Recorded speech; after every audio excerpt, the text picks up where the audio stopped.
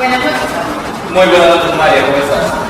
Muy buenas noches, bienvenidos a nuestra primera edición de su noticiero Un noticiero abierto y benito para los estudiantes de Derecho. El día de hoy tenemos un tema muy importante para los estudiantes de Derecho, María. Así es, Arno. Vamos a tratar el tema del derecho en sentido objetivo. Este tema causa cierta controversia entre los estudiantes de Derecho al momento de aprenderlo, pero nuestros periodistas han tratado de demostrarlo para que el conocimiento sea claro y concreto. Así es, Arno. Empezaremos primero definiendo qué es el derecho en sentido objetivo. Cuando hablamos del derecho en sentido objetivo, nos referimos siempre a una norma única, ley o precepto legal.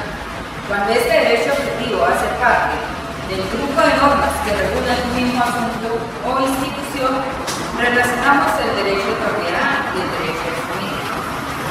Cuando hace parte de la rama de un ordenamiento jurídico, incluimos el derecho constitucional, el derecho civil y el derecho penal. Cuando hablamos de un ordenamiento jurídico, vigente o histórico, relacionamos el derecho romano, italiano, francés, inglés y el derecho colombiano.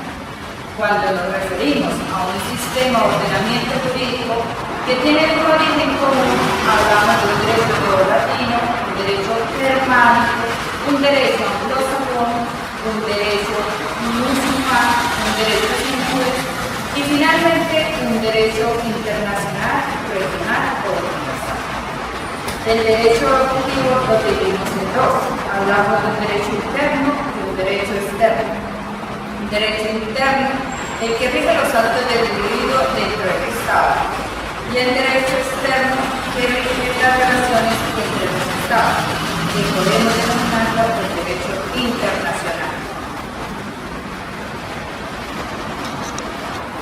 También podemos hablar que el derecho objetivo es un conjunto de normas, el cual contiene las normas que son las reglas normas, las costumbres, que son la repetición constante de un acto que se vuelve obligación, las resoluciones judiciales, que son las decisiones que dicta un juez o un magistrado, y los preceptos doctrinales, que son mandatos u órdenes. El derecho objetivo tiene unos principios materiales, que son los principios que tienen como objetivo principal la búsqueda de la justicia, la paz y la libertad. Principios formales, que son los instrumentos formales que se utilizan para poder conseguir los principios materiales para llevar una vida en armonía. Los principios democráticos, basados en la soberanía que reside en el pueblo. Los principios de seguridad jurídica, cuando se tiene un ordenamiento jurídico. Y finalmente, un principio de legalidad que está en base a nuestra Carta Magna, la Constitución. Tanto en nuestro tema de hoy, el derecho en sentido objetivo, trataremos la norma jurídica y la sanción. Donde decimos que la posibilidad es la posibilidad que caracteriza el derecho. La norma coercible, dice Martabla, no siempre se halla sancionada aún gozando de una posibilidad de hacerse valer. No siempre se apoyan sanciones bien fijas y siempre prepara un determinado apartado sancionador. La sanción, en sentido ético general, es un premio o castigo que resulta del incumplimiento o cumplimiento del deber respectivamente. Por ejemplo, si la norma prohíbe matar, la consecuencia para el homicida será un número determinado de años de reclusión. El homicida presume que podrá burlar la justicia y que su acto quedará impune. Los tipos de sanciones más comunes son la restitución, el resarcimiento del daño y la pena. Muchas gracias, María. Bueno, y siguiendo con nuestro tema de la noche, vamos a hablar de la estructura lógica de la norma jurídica. Entonces vamos a decir que es la norma jurídica. La norma jurídica es un juicio. Por lo tanto, esto es un juicio lógico. Un juicio lógico. Cuyo análisis corresponde a la lógica formal. Bueno, como toda norma, tiene una estructura, las cuales son unos elementos que son la estructura, tiene la cantidad, la información, tiene una relación y una modalidad. Entonces, como estamos viendo, también estamos hablando de un juicio. Tenemos unos elementos de este juicio, de este juicio lógico, los cuales son concepto de sujeto, que son el que es el sujeto obligado, y concepto de predicado, el cual es la imputación de un deber u obligación. Y por último tenemos la cópula. ¿Qué es la cópula? La cópula es la referencia de la conducta de las facultades del obligado de la comunidad. Ahora, vamos a hablar que como esta es una estructura lógica, decimos que la estructura lógica se trata simplemente de enlazar supuestos de hechos con algunas consecuencias políticas. En la norma jurídica deben describir tres planos que son fundamentales: las proposiciones, los juicios y las situaciones. ¿Qué son las proposiciones? Cuando hablamos de proposiciones, vamos a hablar de que las proposiciones son expresiones de las cuales vamos a determinar si son válidas o falsas. Y en norma jurídica vamos a determinar si son jurídicas o no son jurídicas. Cuando hablamos de los juicios son pues como hablamos de juicios, estos juicios son hipotéticos. Entonces, como son hipotéticos, los cuales vamos a determinar situaciones de hecho o de derecho. Ejemplo, si el ciudadano es culpable o por el contrario es.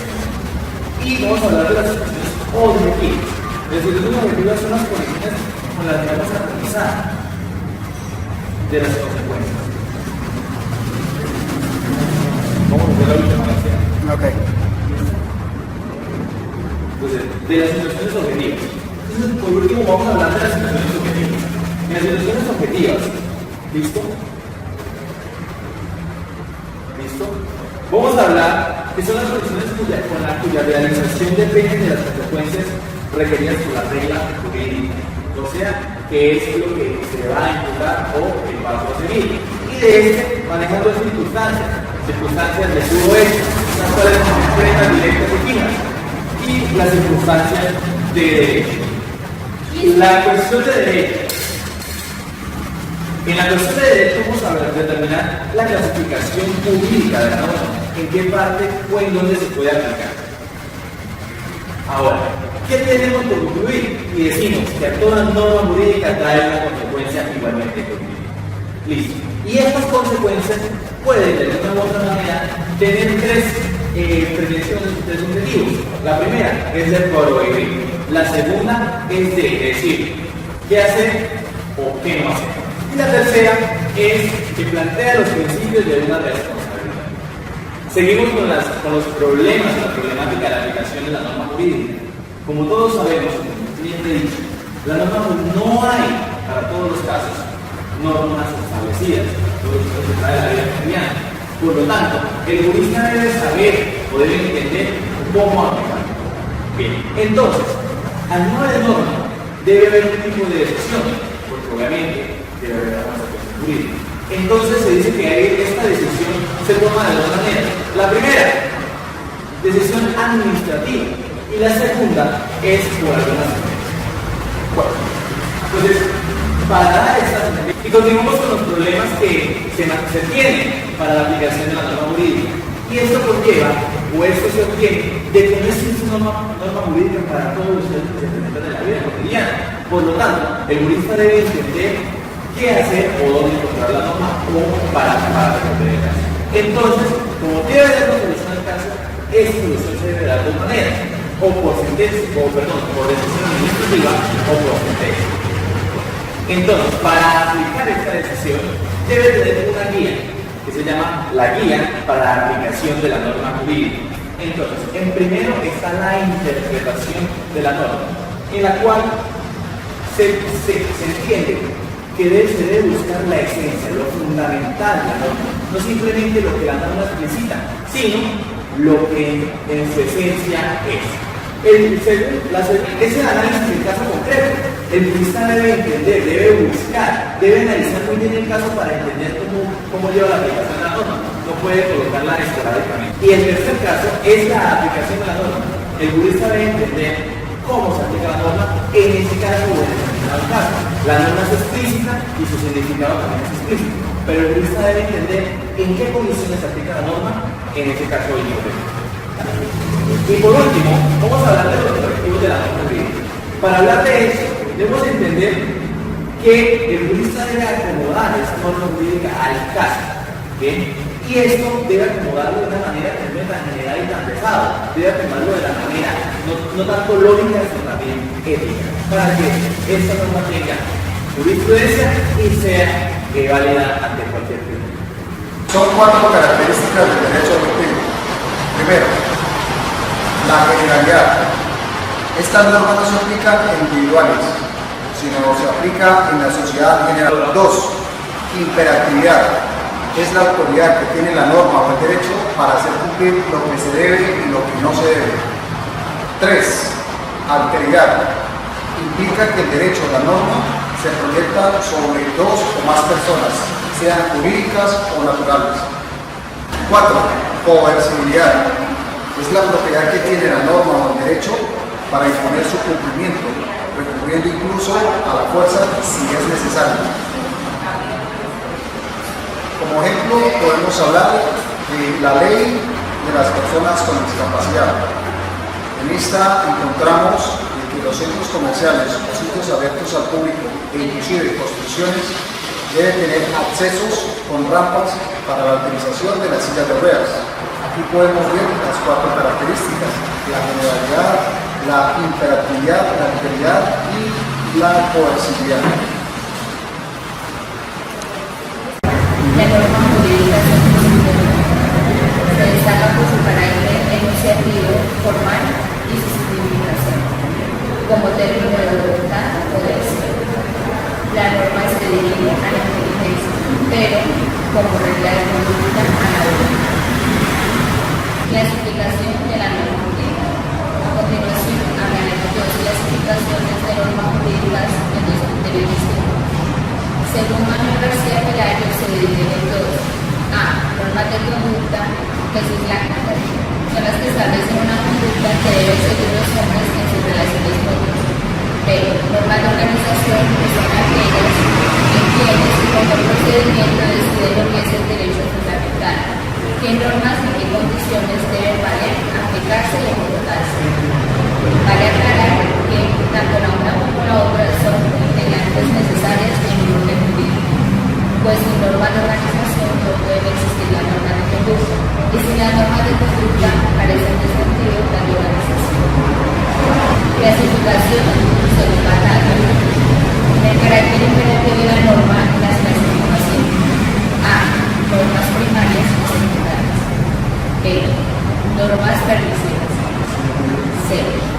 Normas taxativas y dispositivas. D. Normas finales. Entre las normas primarias y secundarias se dice que son aquellas que no ofrecen dificultad para su reconocimiento.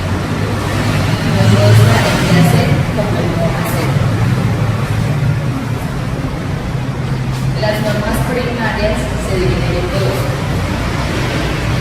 normas preceptivas y las normas facultativas. Las normas preceptivas son las que exigen el cumplimiento de los actos. En cambio, las facultativas son las que imponen ciertas condiciones. Entre las secundarias están las normas abrogativas y las definiciones. Las normas abrogativas son las que fuerzan a considerar otras normas abrogadas. Y las definiciones son las que fuerzan a aceptar la interpretación de un concepto o una B. Normas permisivas.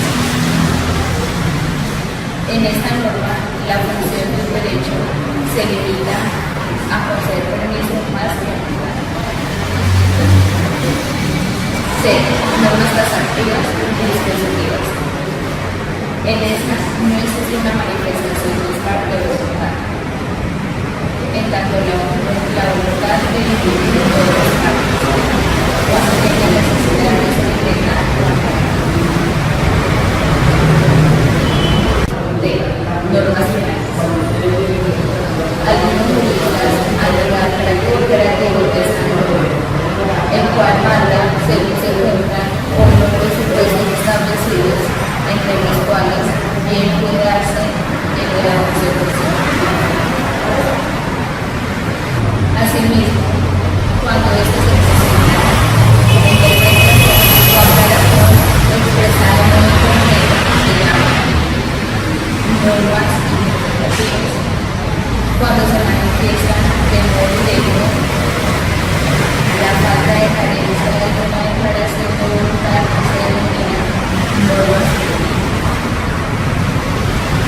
Buenas noches. Continuando con el desarrollo de la temática, vamos a hablar del contenido ético de la norma jurídica, para lo cual debemos tener en cuenta que a diferencia de los procesos naturales y el comportamiento animal, la conducta humana es intrínsecamente valiosa.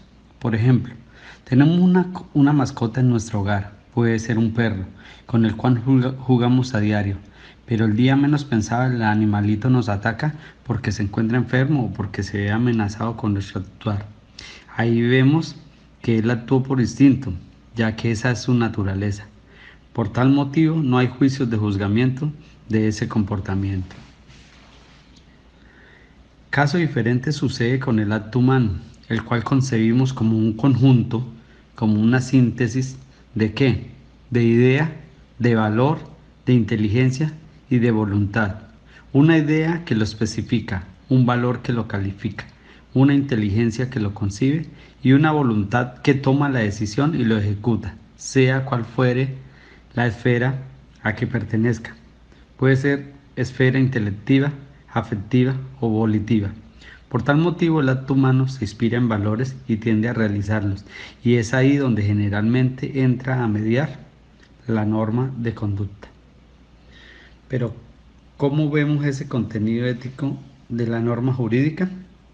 Cuando esa norma jurídica dirige y orienta la acción humana.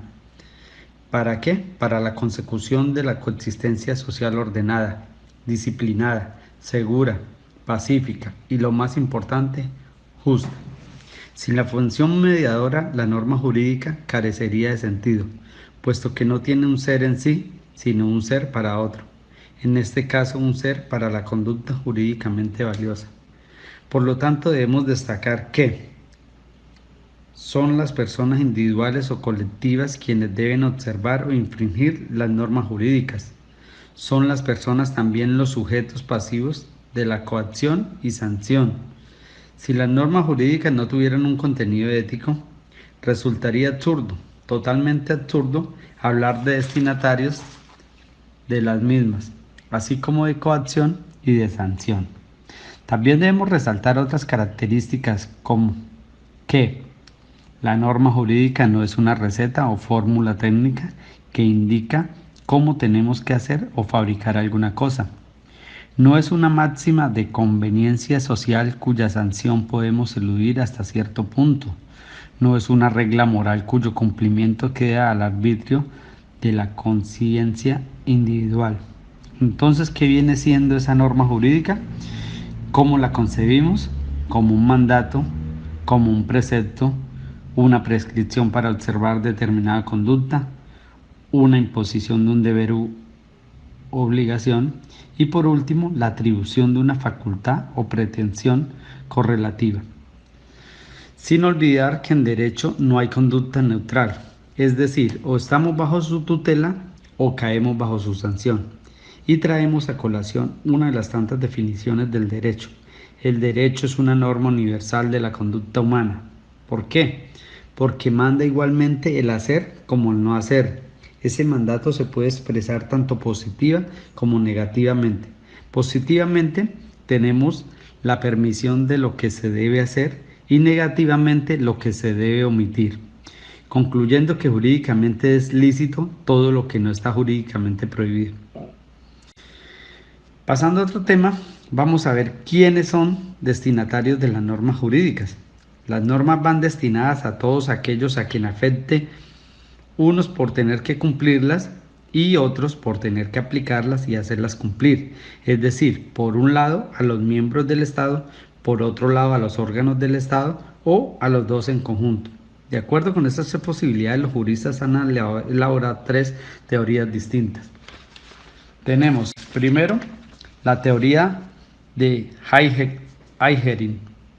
En opinión de este autor, los imperativos jurídicos van dirigidos a los órganos del Estado, ya que una parte de las normas jurídicas regula la estructura y funcionamiento del Estado, las relaciones de los individuos entre sí o de estos con el Estado,